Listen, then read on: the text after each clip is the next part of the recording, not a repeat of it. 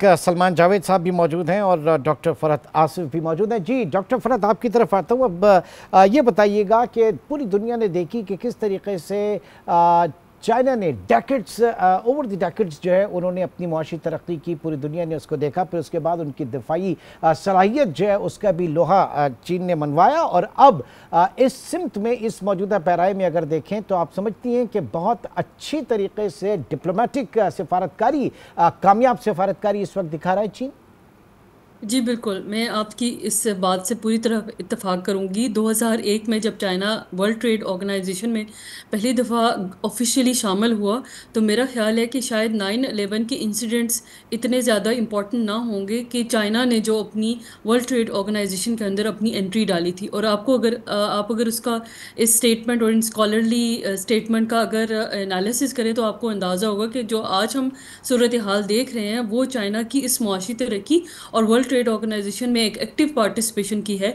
आपको इमेजिन करें कि इस वक्त वर्ल्ड टैरिफ जो वॉर है, ट्रेड वॉर है, फ्रिक्शंस हैं, उसमें हमारे जैसे ममालिक भी शामिल आ रहे हैं। तो जब हम अफ़गानिस्तान का हिस्सा देखते हैं तो हमने ये भी देखा है कि चाइना वो पहला मुल्क था जिसने अपना एक एम्बेसडर, फुल एम्बेसडर काबुल में उन्होंने रिप्रेजेंट किया। और वहीं के एम्बेसडर, जो काबुल के एम्बेसडर थे, उनको जी अफगानिस्तान, उनको बीजिंग में उनको एक्सेप्ट किया, बिल्कुल ऐसे ही जैसे फुली रिकग्नाइज। उसी तरह से स्टेटमेंट्स नहीं आई, लेकिन एक कह ले डिफेक्टो किस्म की रिकग्निशन उन्होंने शामिल की। इसकी वजह ये थी कि देखिए यहाँ जो खित्ते का सबसे इम्पोर्टेंट कंपोनेंट है वो ये है कि ट्रेड कैसे जाएगी।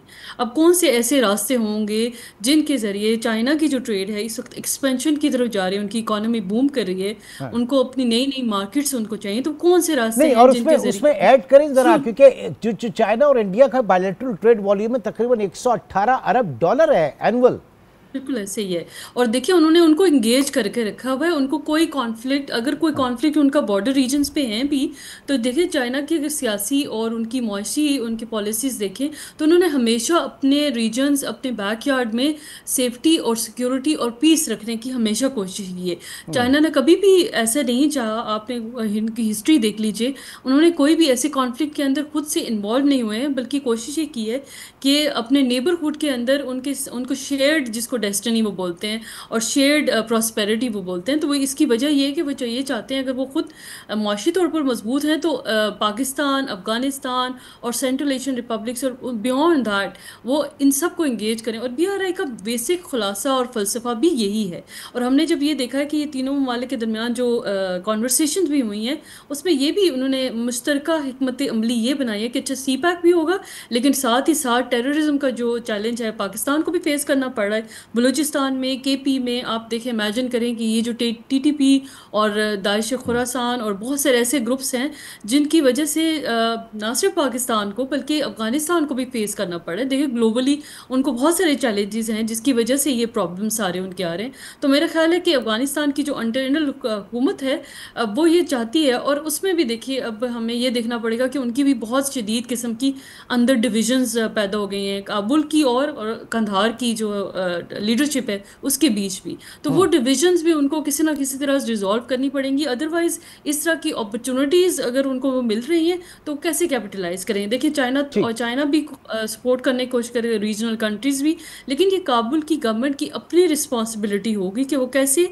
इन अपॉर्चुनिटीज़ को आगे लेके चलते हैं। क्या वो इन खतरात को अपने सामने एक चैलेंज रख के अपनी कमज़ोर गवर्नेंस को ठीक करेंगे, अपनी ह्यूमन राइट्स रिकॉर्ड को ठीक करेंगे, या जो ये मंसूबे उनको ऑफर किए जाएंगे, फॉर एग्जांपल अगर चाइना पाकिस्तान इकनॉमिक कॉरिडोर जो है वो चाइना अफगानिस्तान इकनॉमिक कॉरिडोर बनता है फॉर एग्जांपल, जो कि मेरा ख्याल है शायद पेशावर से या कोई और रास्ते बनाए जाएंगे और कनेक्ट किया जाएगा दूसरे ठीक है। रीजनल प्रोजेक्ट के साथ, तो देखना पड़ेगा कि वो किस तरह से उसको सेव करेंगे। ओके। मेरा ये ख्याल ठीक, है इसको इसको महफूज एज अ बनाने के लिए प्रैक्टिशनर। सलमान सलमान जावेद जी साहब, जी इसको महफूज बनाने के लिए फितना उल हिंद जो है, अब जाहिर है कि जब उसके ऊपर ऑपरेशन किया जाएगा और बलूचिस्तान में जो जो भी इंसर्जेंसी है जो कि इंडियन स्पॉन्सर्ड है और वो प्रॉक्सीज हैं, तो वो कितनी मुआविन साबित होंगी, यकीनन ये भी कहीं ना कहीं तरजीहात में शामिल होगा।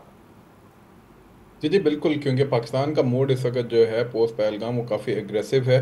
बल्कि जाफर एक्सप्रेस के इंसिडेंट से ही काफ़ी ज़्यादा एग्रेसिव है। इफ़ यू रिमेंबर DGSPR की जो स्टेटमेंट थी कि the rules of the games have been changed, और उसका मंजरनामा इस वक्त हमें सामने नज़र आना शुरू हो चुका है। और उसमें आपने देखा होगा कि ना सिर्फ ये कि कन्वेंशनल एंड के ऊपर बल्कि सब कन्वेंशनल एंड के ऊपर भी इस वक्त आपको एक एग्रेसिव पोस्टरिंग जो वो नज़र आ रही है पाकिस्तान की।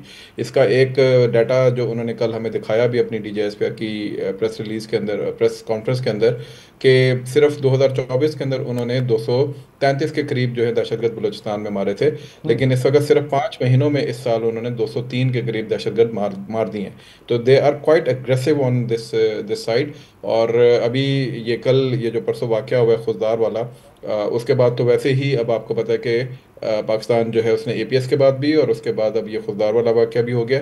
तो Pakistan will be going after all such elements, और वो फिर जहाँ पर भी होंगे, चाहे वो किसी भी नेबरिंग कंट्री के अंदर किसी भी जगह पे छुपे बैठे हों, मेरा ख्याल है कि पाकिस्तान की रियासत जो है वो फिर उनका पीछा वहाँ तक करेगी। ओके, आखिरी एक व्यू और भी चाहूँगा कि ग्लोबली अगर इस मूव को देखें, क्योंकि पाकिस्तान जब CPEC शुरू हुआ था तो हमारे IMF से जो हमारी ट्रांच और प्रोग्राम, उस वक्त भी ये चीज़ उठाई गई थी कि जनाब ये कई हमारे जो डेट फाइनेंसिंग है वो चाइना के कर्जे उतारने के लिए तो नहीं है। तो मैं ज़रा अमेरिका का रोल इसमें जानना चाहूँगा कि वो इस मूव को किस तरह से देखेगा। जी जावेद साहब। सर इसमें देखें ना, इस वक्त ट्रम्प जो है वो इस वक्त फुल ऑन हुए हैं और वो मुसलसल भारत को प्रोवोक कर रहे हैं। उन्होंने 2-3 दिन बल्कि एक तकरीबन हफ्ता पहले भी इस तरह का बयान दिया था कि we do not want our iPhones to be manufactured in India. और आज भी उन्होंने तकरीबन इसी किस्म का बयान दिया। उन्होंने कहा जी कि आईफोन्स की मैन्युफैक्चरिंग हम इंडिया से नहीं जानते, no more made in India का उन्होंने बात की है। हाँ। इसके अलावा भी बहुत दफ़ा वो इस तरह की पिछले कुछ चंद दिनों में ऐसी स्टेटमेंट्स दे चुके हैं जिसके अंदर वो भारत को थोड़ा सा प्रोवोक कर रहे हैं, थोड़ा सा उनको आईना दिखा रहे हैं। दूसरी तरफ वो पाकिस्तान को बड़ा सरप्राइजिंगली जो है वो एक जिसे कहते हैं ना, एक लॉलीपॉप देने की और एक तरीके से लूर इन करने की कोशिश करें, बिकॉज दे ऑल नो कि जिस तरीके से एक चाइना पाकिस्तान का जो मिलिट्री कॉम्बिनेशन है उसने जिस तरीके से एक पैराडाइम शिफ्ट किया है इस रीजन के अंदर, they all are worry now कि अगर पाकिस्तान जैसा एक पार्टनर या एलाई जो है वो उनके ब्लॉक से निकल के, या पाकिस्तान तो खैर वैसे भी कभी किसी के ब्लॉक पे नहीं था, हमेशा पाकिस्तान ने कोशिश की है कि वो मिटिगेट करे और बैलेंस आउट करे सारे रिलेशंस को। लेकिन अगर पाकिस्तान, उनको ये फियर फैक्टर होता है कि पाकिस्तान पूरा का पूरा जाके चाइना के ब्लॉक में बैठ जाएगा, तो डेफिनेटली दे वुड वांट कि पाकिस्तान को जो वो दोबारा से लोअर इन करें। तो इस वक्त मेरा नहीं ख्याल कि कोई बहुत ज़्यादा अग्रेसिव पोस्टरिंग अमेरिका कर सकेगा, जो इस वक्त भारत के हालात जो हैं वो रीजन में चल रहे हैं उसकी वजह से। ठीक है, डॉक्टर फरहत आप क्या कहना चाहेंगी? मैं कहना चाहूँगी कि US अपने इंटरेस्ट इस रीजन में हमेशा से सेव करने की कोशिश करेगा, करता रहा है और कर रहा भी है।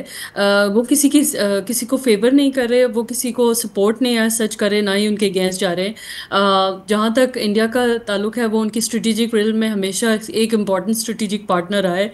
और जाहिर है कि वो इस सिचुएशन में जहाँ पर दोनों कंट्रीज़ आपस में एक दूसरे के साथ लॉगर हेड्स में थे, बहुत वॉर की स्टोरेज चल रही थी, तो एक बैलेंस्ड अप्रोच उनको करनी पड़ रही थी, क्योंकि यहाँ पर इंगेजमेंट उनकी डायरेक्टली जो थी ना वो चाइना के साथ थी। आपने देखा होगा IMF की जो लेटेस्ट एग्रीमेंट हुआ उसमें they have tried their best कि उनको किसी तरह से रोक पाए, कॉन्वर्सेशंस हो जाएं, लेकिन ऐसा वो हो नहीं पाई है। तो US का किरदार यहाँ पर इसी तरह से हमेशा रहेगा कि वो यही चाहेंगे कि पाकिस्तान उनकी वॉर ऑन टेरर, दहशतगर्दी के अंदर उनके साथ जो कोलैबोरेशन उनकी रेगुलरली चल रही है उसको वो परसू करे, उसको जो कमिटमेंट्स हुई हुई हैं उनको वो पूरा करें। आपको देखा होगा कांग्रेस के लोग बहुत सारे जो हाई लेवल के वक्त जो है वो पाकिस्तान में विजिट करते भी रहे हैं, और मुझे ये एक्सपेक्टेशन भी है कि नेक्स्ट में भी कोई ना कोई हाई लेवल विजिट ज़रूर पाकिस्तान की तरफ आ सकता है, बेस्ड ऑन द फैक्ट कि किस तरह वो पाकिस्तान को ज़्यादा से ज़्यादा इंगेज करेंगे, not only on economic front but also on the security front, because Iran हमारे बॉर्डर में है और अफगानिस्तान हमारे बॉर्डर में है और हम क्लोज पार्टनर हैं चाइना के साथ। बहुत बहुत शुक्रिया डॉक्टर फरहत आसिफ आपका भी, और सलमान जावेद साहब आपका।